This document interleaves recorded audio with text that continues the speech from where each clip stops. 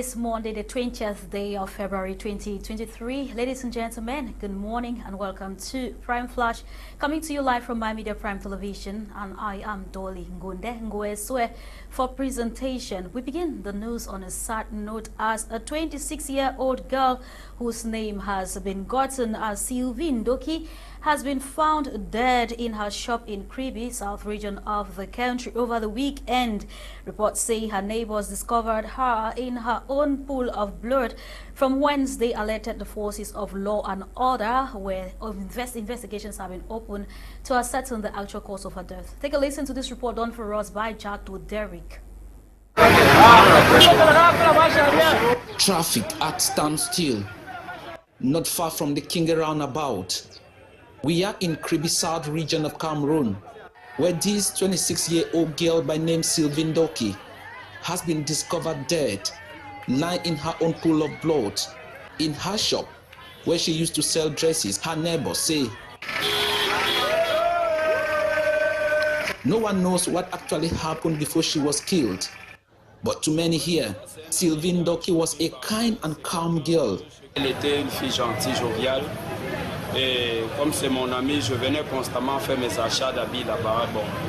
I used to come and buy from her shop. This one says, she was a very good girl.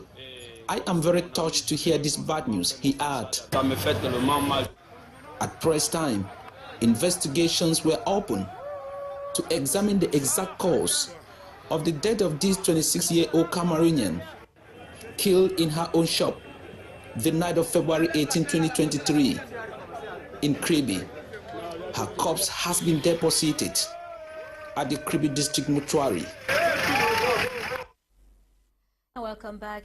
May the faithful soul of the departed rest in perfect peace. And I will give you updates as per Martinez Zogo's case in court, and revelations have it that Amugo Belinga's lawyer, Barrister Nchungang, has said that the Vision 4 CEO knew the Secret Service official, Lieutenant Colonel Justin Danway, because he used to ask for help from Amugo Belinga and gave him tips on the security situation between Cameroon, Equatorial Guinea, and the Central African Republic border. As we get more from Bo Elvis, who is reporting now from Yaoundé. The Defense Counsel of Jean-Pierre Amugo Belinga has refuted press reports suggesting that former Presidential Guard Commander Colonel Sway promised to make startling revelations about the assassination of Martinez Zogo in exchange for the security of his family. Speaking during the press conference, Barrister Chungang said another key suspect, Colonel Dawe, who before his arrest was Operations Director of Cameroon's Secret Service Department, has confessed about various contradictory scenarios. According to Barrister Chungang, Colonel Dawe denied having links with Amugo Belinga before accepting knowing him and then going ahead to accuse Amugo Belinga, Justice Minister Laurent Esso, and Finance Minister Louis-Paul Mutaze of being the brains behind the assassination of late journalist Martinez Zogo. Barrister Chungang says Colonel Dawe confessed receiving 2 million francs CFA as advance out of 23 million francs for him and his boys to deal with the journalists. Amugo Belinga's lawyers say the incoherence of Colonel Danway's declarations is indicative that he is under influence and further proof that Jean-Pierre Amugo Belinga is innocent. The CEO of Vision 4 Television believes there is a well-organized campaign by the media and Reporters Without Borders to discredit and condemn him, despite his submission that he is not involved in the assassination of Martinez Zogo. Quite shocking, daily. And thank you, Elvis, for always updating us. We now talk politics as Elections Cameroon Elecam has published the 22 lists of candidates as well as their corresponding political parties to run in for the 2023 senatorial elections coming up in March.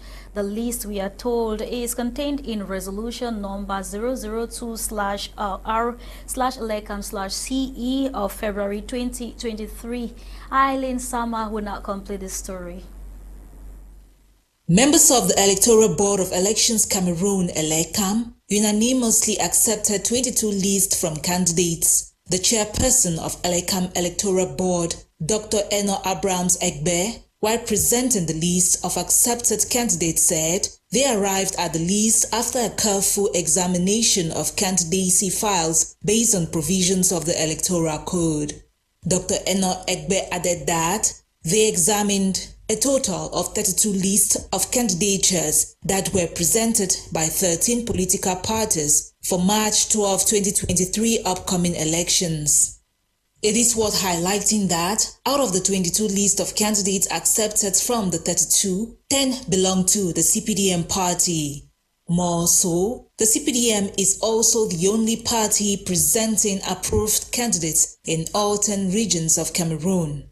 Meantime, according to the resolution published, the CPDM party shall run without any contester in the South and Southwest regions, while the SDF has been approved to run for elections in the West and Northwest regions. PCRN is running in the Littoral region.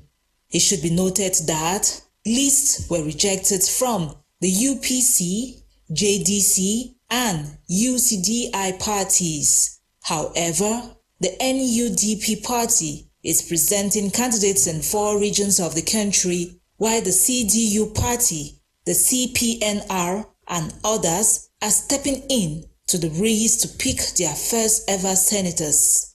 Nonetheless, political parties whose lists were rejected have 72 hours to petition the Cameroon Constitutional Council, while the Constitutional Council will have to react to the petition within a period of 10 days after the deadline for submitting petitions expires. But official campaigns prelude to the March 12 senatorial elections in Cameroon begins on February 25, 2023.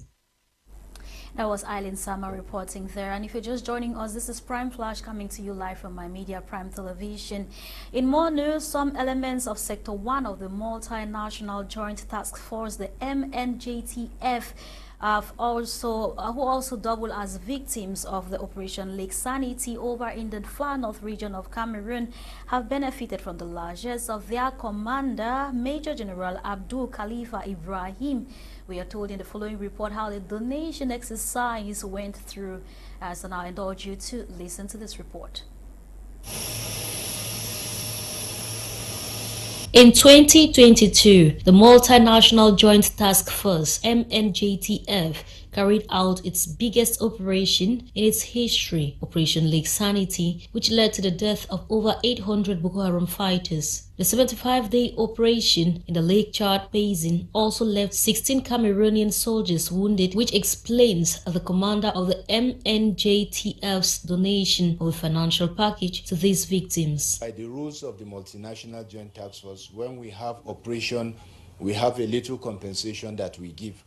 So that is what I did, giving them a sign of hope, a sign that we appreciate their sacrifice. The commander also handed to Sector 1 of the force some children who escaped from the Boko Haram captivity. Where they took them to, they were able to escape. So after escaping, the Chadian soldiers on patrol found them. And that's why they handed them over, because after interrogation, they found out that they are not Chadian children.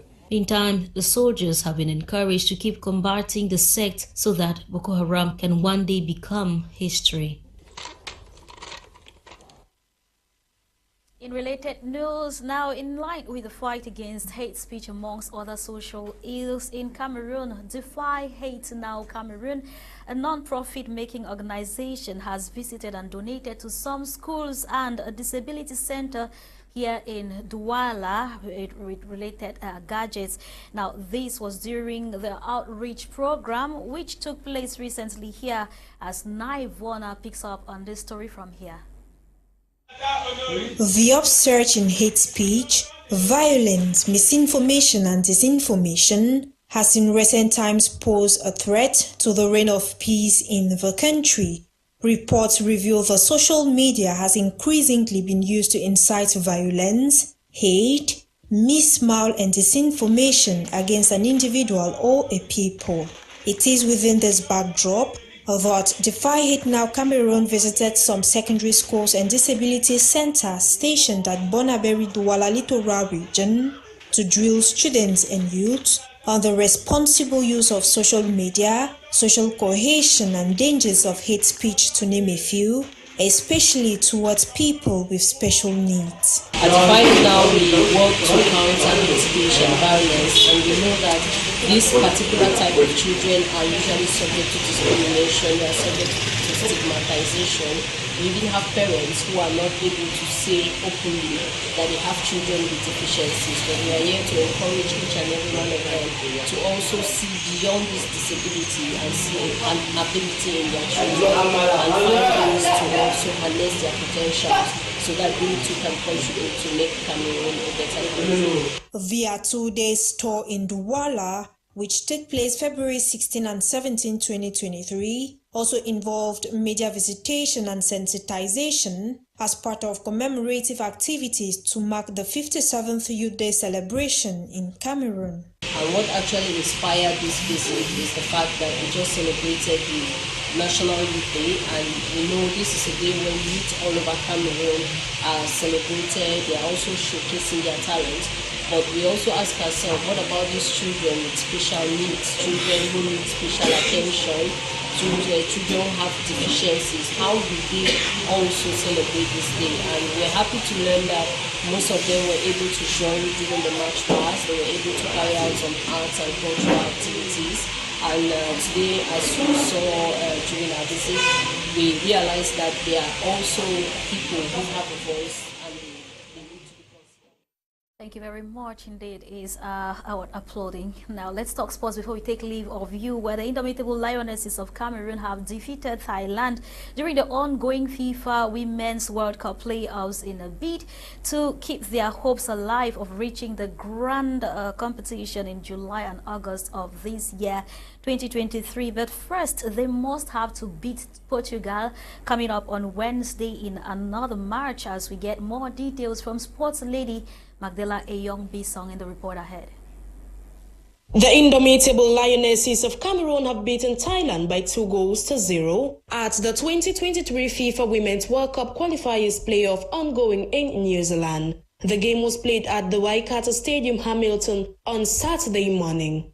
Forward Gabriel Abudi Ongene, team captain, came off the bench and scored twice to secure a big win for the indomitable Lionesses, who will now face Portugal in the decisive game. Michaela Abam and Chu Njoya Ajara wasted glaring chances in the early segments of the game. On the other hand, goalkeeper Ange Bawu was kept busy but did well to thwart away Thailand's offensive. It needed a VAR check to deny Cameroon a possible penalty at the 70th minute when Abam's shot appeared to have deflected off the hand of a Thai defender. Coach Gabriel Zabo made his first substitution of the game with just a quarter of an hour left to play when captain Gabriel Abudi Ongene was brought in for Michaela Abam. Abudi made an instant impact as she was in the right place to tap in Ajara's pass at the 80th minute to put Cameroon in front. And 2 minutes later, she scored the second. But unfortunately, Cameroon was reduced to 10 after goalkeeper Ange Bawu was shown red in added time. And so, forward Tatiana Ewodo Ekogo finished the game at goal after coach Zabo had already exploited all his substitutions. This victory for Cameroon means they will now face Portugal in the final decider game on February 22nd. The winner of the game will secure one of the 3 tickets for the 2023 FIFA Women's World Cup to be jointly hosted by Australia and New Zealand in July and August this year. In the meantime, Haiti women's national team defeated African opposition Senegal 4-0 in the opening match of the 2023 FIFA Women's World Cup playoffs tournament. And so Haiti will now face Chile, with the winner qualifying for the FIFA Women's World Cup. Following this win, Sundowns are now outright leaders of Group B with 6 points from 2 games and are now on a 15-match winning streak. It was Cotonsport of Garoua's forward Pasian Wasu who scored the lone consolatory goal for the Cotoниtes. And that report draws the curtains for today's edition of Prime Flash. Thank you very much for your keen attention. The newscast was produced by Elvis, Modika, And I have been Dolly Ngonde for presentation. Coordination came from Faith Tata and supervision from Kum Leonard. At exactly 10 a.m. Cameroon time, the brief is coming up next with Lasha Kingsley and co-host, and also a melange of guests who will be dissecting top stories from the major newspapers in the country. We shall also have in the house talking home affairs subsequently at 11 a.m. as well as 12:30 brings to you Country News, where it is broadcasted in the pidgin language with your favorite Master Talk, and many more programs will be yours if you choose to stay with us. But for now, it's a wrap. See you tomorrow, God willing.